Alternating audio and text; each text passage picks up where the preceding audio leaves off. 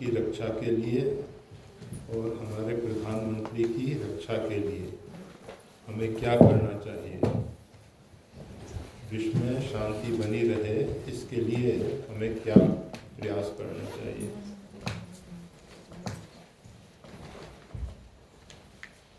सर्वप्रथम हम सबको समझना चाहिए, राष्ट्र अर्थात परमात्मा श्री राम, वाल्मीकि रामायण में स्पष्ट लिखा हुआ है, राम ही राष्ट्र है, राष्ट्र ही परमात्मा का स्वरूप होता है। राम जी ही राष्ट्र स्वरूप हैं। जब तक उनके प्रति गौरव बुद्धि नहीं होगी, राष्ट्र के प्रति महत्व बुद्धि नहीं होगी, हम अपनी भारत माता से जब तक पूरे नहीं होंगे तब तक हमारे जीवन में शांति का प्रश्न नहीं है। हम हमेशा कहा करते हैं हम सब हिंदू हैं, हिंदू सनातन धर्म जिसने भी हमारे ऊपर उपकार किए हैं आजीवन हम उसको भूलते नहीं हैं। हम कृतज्ञ नहीं होते, हम कृत्य को स्वीकार करते हैं। इस भूमि पे हम सबका जन्म हुआ, इस भूमि का अन्न, इस भूमि पे बहने वाला पानी हम सब ने सेवन किया है। इस भूमि के ऊपर बहने वाली पवन हमारा जीवन है। तो इस भूमि से हम जननी जन्म भूमिश्च स्वर्गादपि दरिष्यसि, स्वर्ग से भी जननी और जन्मभूमि का महत्व ज़्यादा है। मतलब स्वर्ग के सुख एक तरफ रखे जाएं और एक तरफ माता का स्थान। जिस प्रकार से माता का स्थान है उसी प्रकार से जन्मभूमि। हम अपनी जन्मभूमि भारत को संकीर्ण न करें। आज भारत बहुत छोटा हो गया। एक दिन जिस समय भगवान श्री राम सिंहासन पर विराजमान थे उस समय भूमि सप्त सागर मेखला, एक भूपति रघुपति कौशला। आजकल लोगों ने इतिहास को बदल के गलत स्थिति दे दी कि अंग्रेजों ने पूरे भारत को संगठित करके एक राष्ट्र बनाया। ये गलत धारणा है। भारत तो बहुत पहले से बहुत विशाल राष्ट्र रहा है। जिस समय भगवान श्री राम राजा थे, राजा रूप में अयोध्या देश के रूप में विराजमान थे, उस समय सप्त सागर पर्यंत जितनी भी भूमि है उस सब पर भगवान श्री राम का राज था। पांडवों के समय अर्जुन ने चीन, वाहिलीक इत्यादि सब देशों को भारत में जोड़ दिया था। मतलब उस समय चाइना जो है वो इस समय मतलब विश्व का क्षेत्रफल में भी बहुत बड़ा क्षेत्र है उसके पास, और जनसंख्या में तो बहुत ज़्यादा जनसंख्या उसकी है ही। परंतु भारत भी अब जनसंख्या में पिछड़ नहीं रहा है। वो देश का दुर्भाग्य है, वो अच्छा नहीं है। हम सब उस राष्ट्र के हैं जिस राष्ट्र में दुई दुई सुत सब भ्रातन के भगवान श्री राम ने एक आदर्श स्थापित किया। 14 वर्ष भगवान वैसे विवाह होने के बाद 9 वर्ष तक श्री अयोध्या में रहे भगवान श्री राम। उस समय तक कोई संतान भगवान श्री राम के नहीं, क्योंकि उस समय भगवान श्री राम की उम्र जो थी 18 वर्ष थी। इसलिए 18 वर्ष में संतान उत्पत्ति के लिए उचित नहीं है। और जिस समय भगवान श्री राम वन में गए उस समय भगवान की आयु 27 वर्ष थी। 9 वर्ष तक अयोध्या में रहे। उस समय तक कोई संतान नहीं। उसके उपरांत 14 वर्ष तो तपस्वी वेश में हैं, इसलिए संतान उत्पत्ति का प्रश्न नहीं। परंतु संपूर्ण अयोध्या वासियों ने 14 वर्ष तक नैष्ठिक ब्रह्मचर्य का पालन करते हुए जीवन जिया, उसमें किसी के कोई संतान नहीं, 14 वर्ष की अवधि में कोई संतान नहीं। जब भगवान श्री राम वहाँ से लौट के आए, उसके बाद भगवान के परिवार में मतलब दुई दुई सुत सब भ्रातन, चारों भाइयों के दो दो संतान ने जन्म लिया। और भगवान श्री राम जिस समय महाप्रस्थान करते हैं, स्वधाम गमन करते हैं, उस समय सब भाइयों को राज का विभाजन किया गया।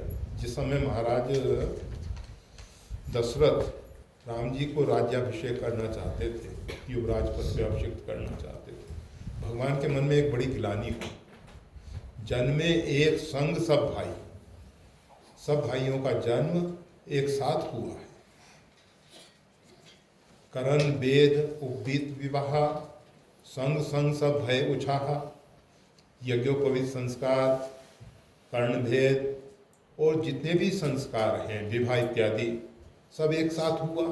और आज विमल वंशीय अंचित एकु, ये जो रघुवंश है, ये जो सूर्य वंश है, इसमें आज एक अंचित कार्य हो रहा है।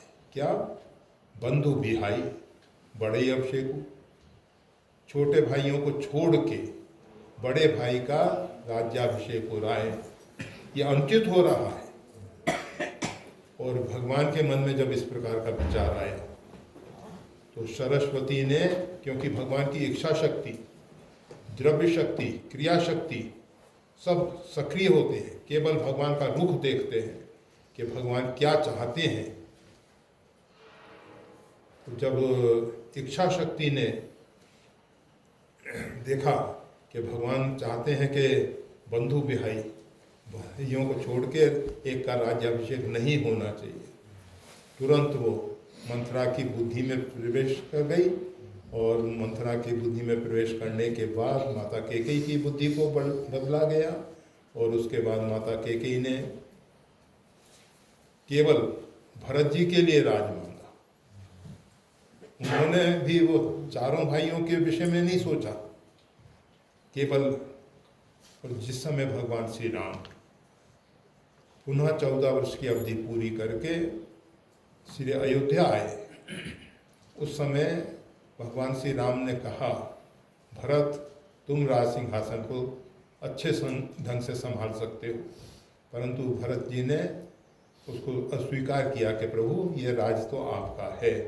चारों भाइयों ने इच्छा यही की कि एक दूसरा कोई भी राजा बन जाए, परंतु कोई राजा बनने के लिए तैयार नहीं। ऐसी स्थिति में भगवान श्री राम को राज संभालना पड़ा। परंतु जब भगवान श्री राम स्वधाम पधारे, थोड़े दिन नहीं, 10 वर्ष सहस्त्रानी 10 वर्ष शतानी च रामो राज मुपाश्वा, 11,000 वर्ष तक भगवान श्री राम राज करेंगे। वाल्मीकि रामायण जो है उसमें कुछ भविष्यकाल की घटनाएं हैं, कुछ भूतकाल की घटनाएं हैं। अगर व्याकरण के दृष्टिकोण से देखा जाए तो कुछ घटनाओं को पहले घटित हुआ बताया गया है, कुछ आगे। तो रामो राज मुपाश्रित, मतलब राम जी ऐसा राज करेंगे 10 वर्ष सहस्त्रानी 10 वर्ष शतानी च 11,000 वर्ष तक। तो कहने का मतलब ये है कि इतने लंबे समय तक भगवान श्री राम ने राजकार्य देखा।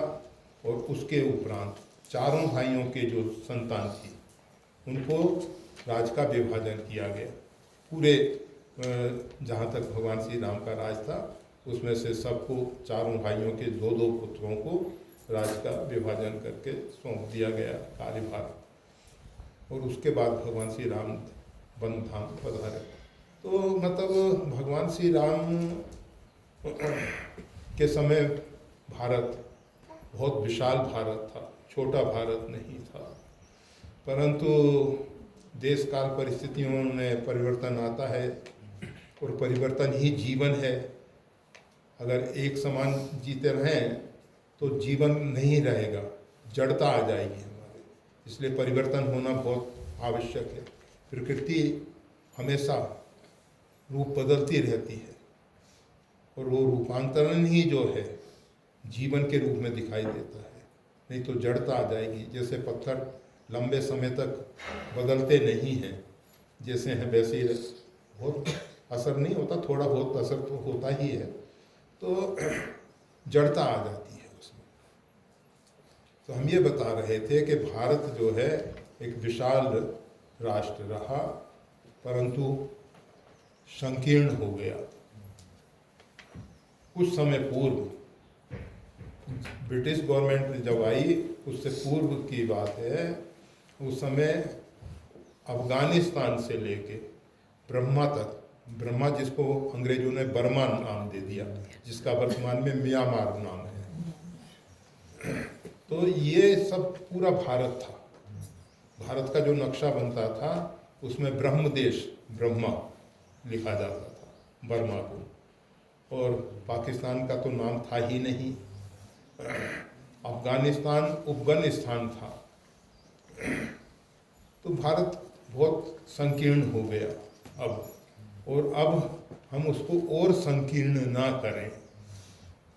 भूमि तो बढ़ती नहीं है, जनसंख्या जिस समय भारत स्वतंत्र हुआ उस समय 30-35 करोड़ जनसंख्या रही, आज 1 अरब और 40 करोड़ के लगभग पहुंच चुके हैं। तो जनसंख्या को बहुत बढ़ाना समझदारी नहीं है, समझ। 5 पांडव और 100 कौरव। 5 पांडव अच्छे थे।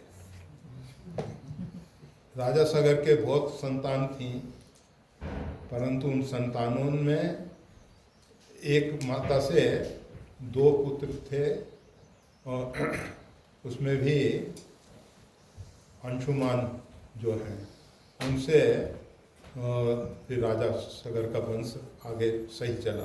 और जो 60,000 पुत्र कहे जाते हैं, उन्होंने अपने कुल को डुबाने के लिए कोशिश की थी। वो तो राजा सगर ने तपस्या की, फिर अपने दिलीप ने तपस्या की, भागीरथ जी ने तपस्या की, जिससे गंगा का भूमंडल पे अवतरण हुआ।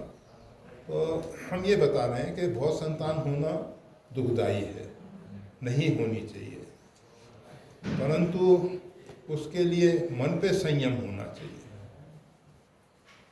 कितनी उम्र तक संतान न हो, पहले उस पे मन पे संयम होना चाहिए।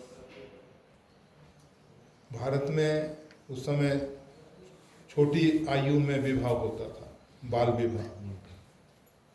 बाल विवाह का लोगों ने विरोध किया, परंतु बाल विवाह जो था एक अच्छी व्यवस्था थी। अच्छी व्यवस्था इसलिए थी कि बच्चे छोटी उम्र में परिवार के एक अंग बन जाते थे, फिर उसमें डिवोर्स, तलाक, ये सब शब्द ही नहीं रहते थे। परिवार में संबंध विच्छेद, भाई भाई का संबंध विच्छेद हो जाना, या भाई बहन का संबंध, या पति पत्नी का संबंध विच्छेद हो जाना, ये प्रश्न ही नहीं उठते थे। सब संगठित रहते थे, और संगठन में ही शक्ति है, बल है, सब जानते हैं। कंक्रीट, छोटे छोटे पत्थर के टुकड़े, रेती के कण और सीमेंट मिलके 150-150, 200 मंजिल बिल्डिंग खड़ी हो जाती है संगठित होने से। अगर वो सब बिखरे रहते तो क्या होता? तो हम राष्ट्र की रक्षा के लिए क्या कर सकते हैं? उसमें सबसे पहले राष्ट्र को परमात्मा के स्वरूप में देखें।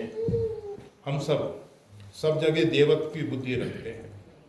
पहले जन्म के समय मातृदेवो, माता में देवत्व की भावना रखते हैं, क्योंकि माता ने हमको 9 महीने तक गर्भ में रख के जन्म दिया। उसके प्रति हमारी जो भावना है, देवत्व की भावना है। फिर माता के बाद पिता से परिचय होता है, तो हम पिता में पितृदेवो, पिता में देवत्व की भावना रखते हैं। उसके उपरांत गुरु आचार्य, जिनसे हमको शिक्षा दीक्षा मिलती है, उनके प्रति हमारा देवत्व का भाव होता है।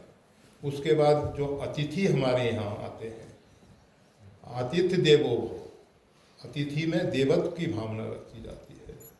फिर इसके बाद परस्पर देवो भव, एक दूसरे में देवत्व की भावना रखते हैं।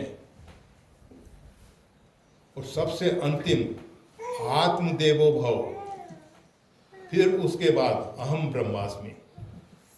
पहले सर्वम खलम इदम ब्रह्म, ये संपूर्ण सार्वभौम अस्तित्व जो है परमात्मा का स्वरूप है। जब हम सार्वभौम अस्तित्व में परमात्मा को देखते हैं, हम भी उसी के एक अंश हैं। परमात्मा से हम भिन्न नहीं है, परंतु ये व्यष्टि अहंकार न बन जाए, इसलिए सेवक सेव्य भाव में भवना तरई होगा। हम सब सेवक और स्वामी भाव रखते हुए भवसागर से पार होने की बात करते हैं। राष्ट्र जो है परमात्मा का स्वरूप है, उसमें देवत्व की भावना आनी चाहिए, उसके प्रति सम्मान की बुद्धि होनी चाहिए। और हम अनेकों बार बता चुके हैं ये बात, भारतीय सनातन धर्म में, हिंदू सनातन धर्म में जितना ये आधिभौतिक जगत है, अधिदेव के द्वारा संचालित हो रहा है। जैसे ये पंचभूत की रचना शरीर, ये जीवात्मा के द्वारा संचालित होता है। जीवात्मा इसमें से बहिर्गमन कर जाता है तो ये मृतक मुर्दा सब बन जाता है। इसी प्रकार से सब जितना भी आधिभौतिक हम गृह निर्माण करते हैं तो उसमें गृह देवता, जिसको वास्तुदेव कहा जाता है, उसकी भावना करते हैं। ग्राम देवी की पूजा करते हैं, ग्राम देवता की पूजा करते हैं, वन देवताओं की पूजा करते हैं। हम वन को ध्वंस करने की बात नहीं सोचते, उसमें देवत्व की भावना रखते हैं। हम वनस्पतियों को निरर्थक नहीं काटते हैं, आवश्यक होने पर उनसे क्षमा याचना करते हुए अपने उपयोग में लेने के लिए प्रार्थना करते हैं। यहाँ तक कि जड़ी बूटियाँ भी जो उखाड़ी जाती हैं उनको पहले आमंत्रित किया जाता है। आमंत्रित कर, और किस अवस्था में, जब वो परिपक्व हो जाती है। जब तक वो परिपक्व नहीं होती उससे पहले हम जड़ी बूटियों को भी नहीं उखाड़ते हैं। और जब वो परिपक्व हो जाती है उसके पास जाके प्रार्थना करते हैं कि कल हम आपको यहाँ से उखाड़ के ले जाएंगे। फिर प्रार्थना पूर्वक उसको लाए। मतलब हनुमान जी महाराज को आप देखिए, रामचरितमानस में आप सुंदरकांड पढ़ते हैं, मेनाक पर्वत जो है हनुमान जी को सम्मान के लिए ऊपर आता है। हनुमान जी महाराज हनुमानती परसा कर पुनि कीन प्रणाम, हनुमान जी उसका स्पर्श करते हैं, उसका सम्मान करते हैं। उसको सम्मान देते हुए कहते हैं राम काज कीने बिन मोहि कहाँ विश्राम, मेरे को इस समय विश्राम की आवश्यकता भी नहीं है, अवकाश भी नहीं, समय भी नहीं है, इसलिए मैं शीघ्रता में हूँ। परंतु सम्मान किया स्पर्श करके। ये नहीं कि नहीं कहाँ से आ गए रास्ते में, बीच में अवरोध बन रहे हो तुम, ऐसा नहीं। तिरस्कार नहीं है, अपमान नहीं है। चाहे जड़ है चाहे चेतन है, सब में चेतन का निवास है, ऐसा भाव रहता है हिंदू सनातन धर्म में। तो राष्ट्र का जो अधिदेव है भारत माता, राष्ट्र की जो अधिष्ठाती देवी हैं भारत माता, इसीलिए हम वंदे मातरम, हम माता की वंदना करते हैं।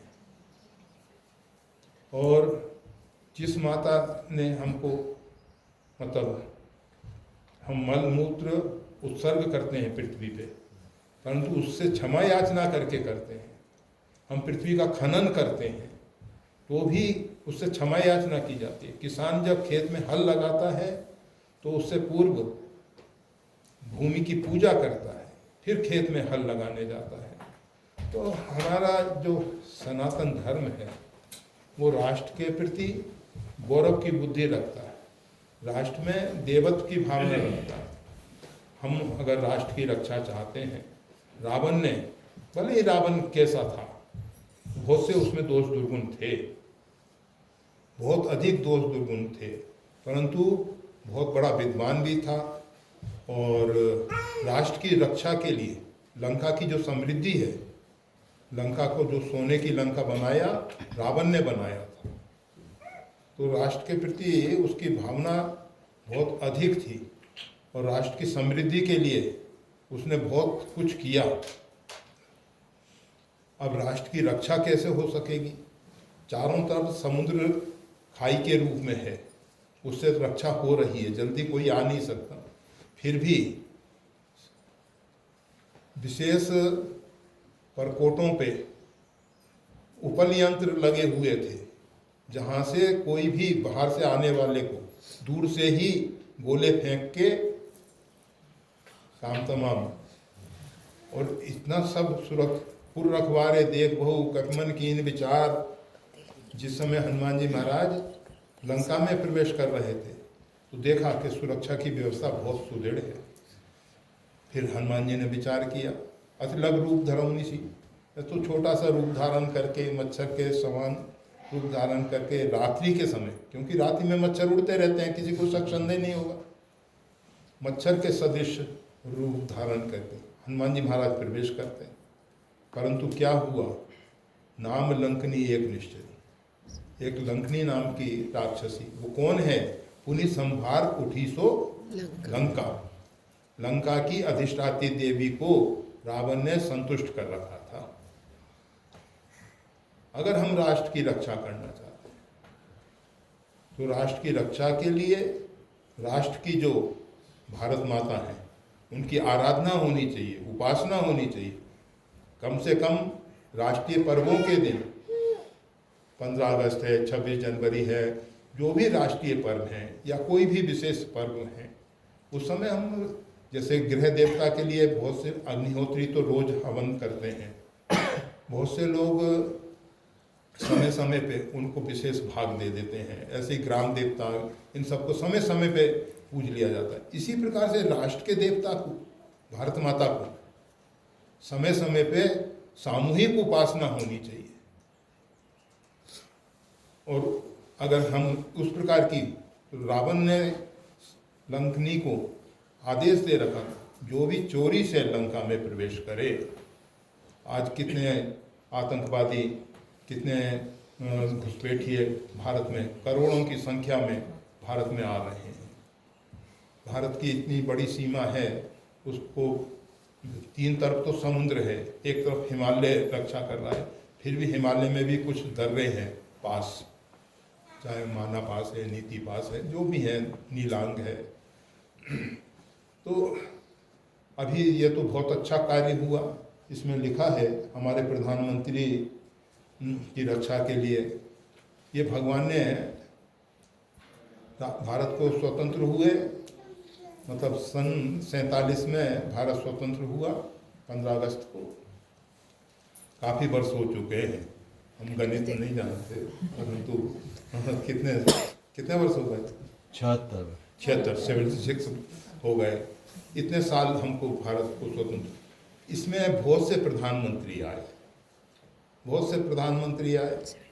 परंतु राष्ट्र के प्रति जो गौरव बुद्धि है वो प्रधानमंत्री में जो वर्तमान नरेंद्र मोदी देखी जाती है, वैसी अभी तक देखने को नहीं मिली। भारत के जितने प्रधानमंत्री बने हैं उन सबको इस शरीर ने देखा और उन सब के विषय में थोड़ा थोड़ा जानकारी भी है, परंतु किसी भी प्रधानमंत्री में इस प्रकार की राष्ट्रीयता के प्रति जो गौरव बुद्धि होनी चाहिए, राष्ट्र के प्रति जो गौरव बुद्धि होनी चाहिए, वैसी नहीं देखी गई। सीमाओं को सुरक्षित करने के लिए अभी हम, मतलब पिछले वर्ष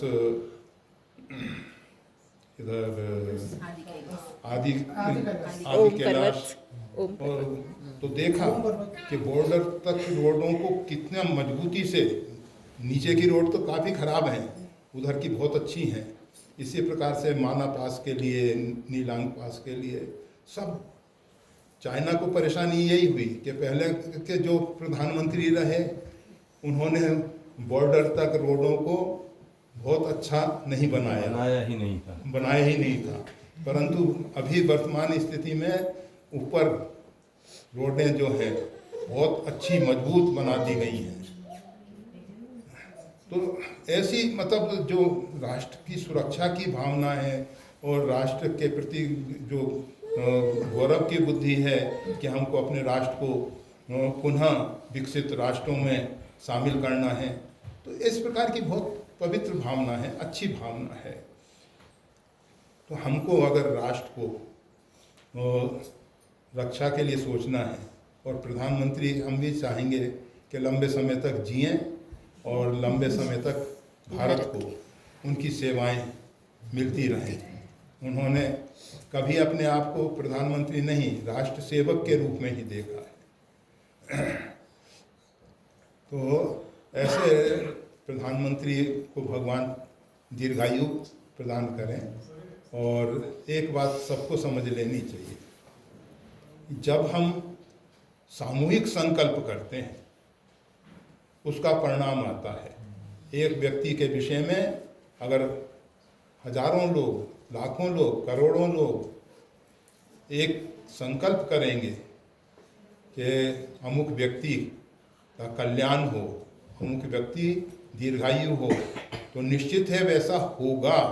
प्रकृति को अनेकों व्यक्तियों के जो संकल्प हैं, संकल्प शक्ति बहुत दृढ़ होती है।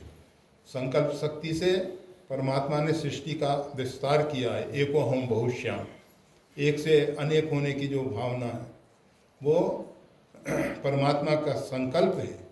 तो संकल्प में बहुत बड़ी ताकत होती है, बहुत बड़ी शक्ति होती है, सामर्थ्य होती है। हम सब संकल्प करेंगे अपने राष्ट्र के लिए, अपने प्रधानमंत्री के लिए, तो निश्चित है उसका परिणाम आएगा। और आप सबको मालूम होगा कि हुमायूं जो है बीमार पड़ा था और उसका जीवन मतलब संकट में आ गया था। तो उसके पिता ने उसके पलंग की प्रदक्षिणा करके परमात्मा से अब उनके हिसाब से जो खुदा की इबादत करके खुदा से प्रार्थना की और उसको जीवन। तो सभी मजहबों में इस प्रार्थना का बहुत महत्व होता है। भारत में तो है ही, परंतु अन्य जो मजहब हैं उनमें भी प्रार्थना का बहुत महत्व है और उस प्रार्थना का परिणाम देखा जाता है। तो असंख्य लोग या भारत के अधिकांश लोग दोनों के लिए प्रार्थना करेंगे, अपनी मातृभूमि की रक्षा के लिए और अपने प्रधानमंत्री की रक्षा के लिए, तो उसका परिणाम आएगा। लोगों में, सब में राष्ट्रीयता की भावना जागृत हो, राष्ट्र के महत्व को समझें। अगर राष्ट्र है तो हम सब आज शांति से जी रहे हैं। आप सबको मालूम है बांग्लादेश एक दिन भारत का भाग था। उस भूभाग को भारत के विभाजन के समय, ब्रिटिश गवर्नमेंट के समय, भारत का विभाजन तो और भी बहुत पहले से हो गया है, बहुत बार बहुत टुकड़े किए गए। वैसे ब्रिटिश गवर्नमेंट ने बंगाल का ईस्ट बंगाल और वेस्ट बंगाल के रूप में विभाजन किया था धर्म के आधार पर। फिर जब भारत स्वतंत्र हुआ तो उस भारत के स्वतंत्र होने पर पश्चिमी पाकिस्तान और पूर्वी पाकिस्तान, दो पाकिस्तान भारत में से बना दिए गए। बाद में वो पश्चिमी पाकिस्तान तो जैसा है वैसा रहा है और उसने अपनी जो कुछ स्थिति की है वो तो सब विदित है, उससे हमको कोई ज़्यादा मतलब नहीं है। परंतु पूर्वी पाकिस्तान का नाम बांग्लादेश बना क्योंकि उसको स्वतंत्र किया गया और स्वतंत्र करने के बाद उसका नाम बांग्लादेश हुआ। आज बांग्लादेश में, जबकि हमारी फौजों ने बांग्लादेश बनाने में कितनी कुर्बानी दी, कितना उनका खून बहा, और उसके बाद बांग्लादेश में हिंदुओं के मंदिर तोड़े गए, हिंदुओं के ऊपर आघात हो रहे हैं, अत्याचार हो रहा है, और उसमें ऐसे महापुरुष हैं जिनके ऊपर अत्याचार हो रहा है, जो वहाँ जैसे बाढ़ इत्यादि आती है, आपदाएं आती हैं, भयंकर देवी प्रकोप होते हैं, उन समय उन मंदिर वालों ने उन गरीब मतलब जो ज़रूरतमंद लोग हैं उन सबकी सहायता की है, और उनके साथ ये दगाबाज लोग आज कोई उनको मार रहे हैं, कोई मंदिर तोड़ रहे हैं, कोई कुछ, तो ऐसी स्थिति होती है। अगर राष्ट्र हमारा सुरक्षित नहीं रहेगा तो निश्चित है कि हम सब सुरक्षित नहीं रहेंगे, हमारा धर्म सुरक्षित नहीं रहेगा। और जब धार्यति धर्म, धर्म ही हमारी रक्षा करता है, जो धर्म की रक्षा करता है उसकी धर्म रक्षा करता है। तो इसलिए हम सबको इस विषय में गंभीरतापूर्वक सोचना चाहिए, साधारण ढंग से नहीं, हमको इसमें गंभीरतापूर्वक सोचना चाहिए कि किस प्रकार से हमारा राष्ट्र सुरक्षित रहे, हमारे प्रधानमंत्री सुरक्षित रहें, उसके लिए प्रार्थना, समय समय पे भगवान की आराधना, उपासना, और हर एक व्यक्ति में राष्ट्र के प्रति गौरव बुद्धि, ये बहुत ज़रूरी है, बहुत ज़रूरी है।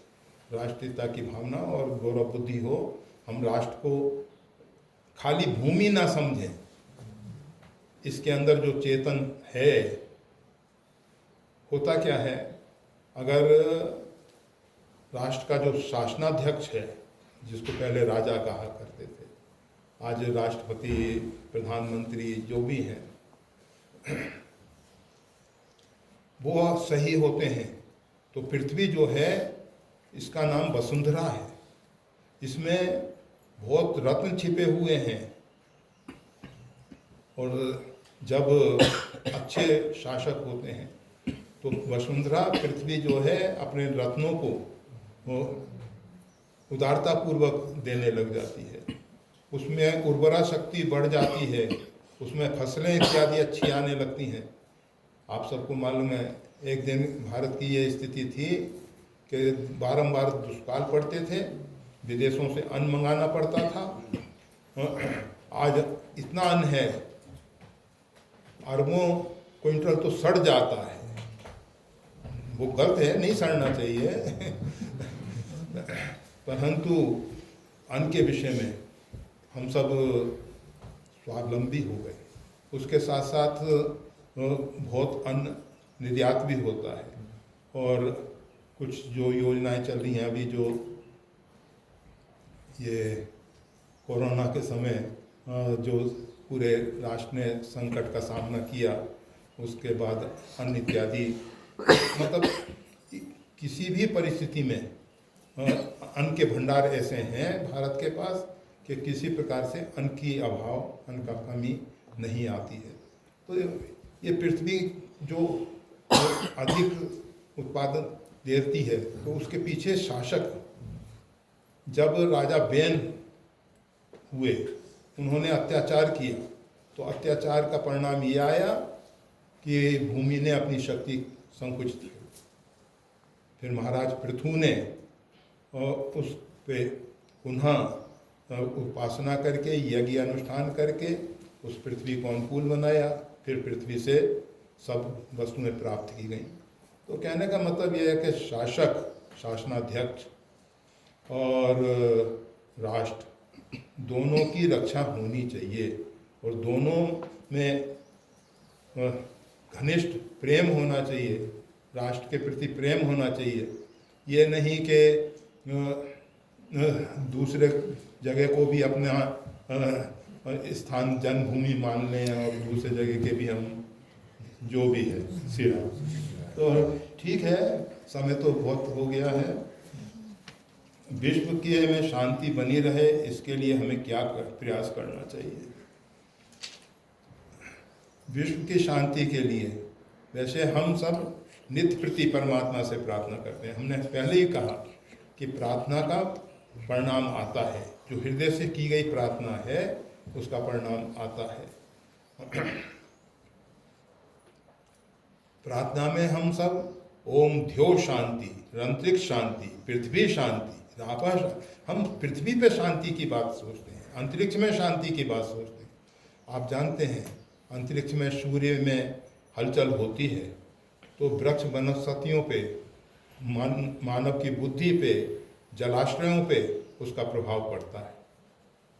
जो सूर्य की हलचल है, क्योंकि सूर्य के इर्द गिर्द घूमने वाला एक ग्रह पृथ्वी है हमारा,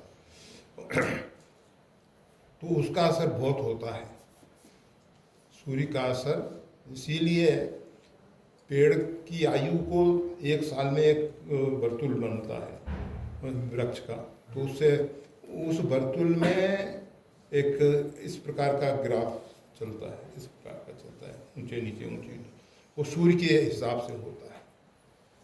सूर्य में जो हलचलें होती हैं वो उसमें देखी जा सकती हैं। तो इस प्रकार से असर होता है। परंतु हम सब पूरे शांति का जो मूल स्रोत है वो क्या है? परमात्मा है।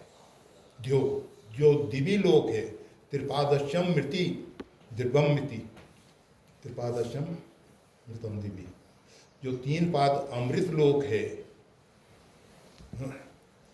वहाँ से शांति का प्रारंभ होता है।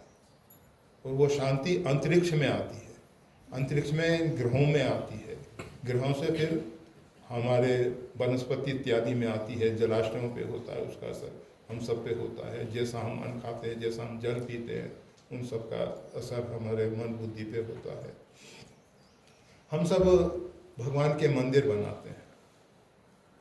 मंदिर में भगवान के सिर के ऊपर एक छत्र होता है, छत्र का एक तार, गुड कंडक्टर तांबे का, ऊपर शिखर पे जाता है। शिखर के ऊपर एक कलश होता है, कलश जो होता है धातु का होता है। वो जो अंतरिक्ष से शांति आ रही है, जो तेज आ रहा है, ये वनस्पति इत्यादि केवल पृथ्वी से जल और खुराक लेके ही इतने हृष्टपुष्ट नहीं होते। हम सब जो हैं, हम सब केवल जो अन्न खाते हैं, जल पीते हैं, उससे ही हृष्टपुष्ट नहीं होते। उसके साथ साथ जो आकाशीय पिंडों से भिन्न भिन्न प्रकार के तत्व हमको मिलते हैं, उनसे हमारे शरीर का पोषण होता है। वृक्षों का भी उससे पोषण होता है। हमने अनेकों बार बताया कि हापेश्वर में, अभी हापेश्वर डूब में आ गया, नर्मदा के किनारे एक तीर्थ था हापेश्वर, और अभी ऊपर हापेश्वर का मंदिर बना दिया गया। ऊपर नए मंदिर पे तो हम नहीं जा सके, परंतु जो पहला मंदिर था वहाँ बहुत बार गए। तो वहाँ एक जलहरी पाषाण की, उसके ऊपर एक शिवलिंग, वो भी पाषाण का है। उसके बीच में से जलहरी और उसके बीच में से एक वट वृक्ष और 7-8 फीट ऊंचा, उसका फोटो इत्यादि भी लिया गया था पहले की बात जब गए थे।